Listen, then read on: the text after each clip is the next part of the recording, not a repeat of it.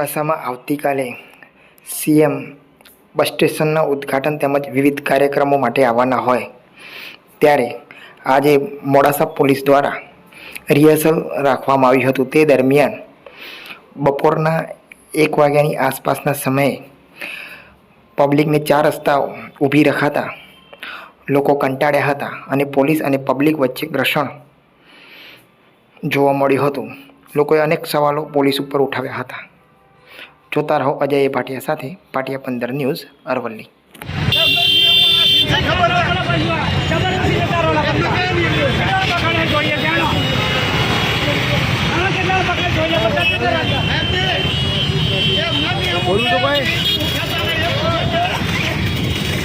Police સ્ટેશનમાં એમના નિયમો કયા છે પોલીસવાળાના?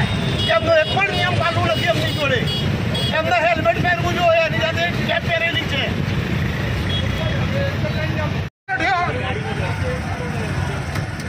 બધી બાજુ જોવો તો અનાજ વસ્તુ નોમ મોકમ દર્શન કરો। હું જાતે ભાજપનો માણસ છું, હું સિક્કો ભાજપને જ આપું છું, છતાં બાકી હું કહું છું કે ભાજપ સરકાર ઘર પડી છે।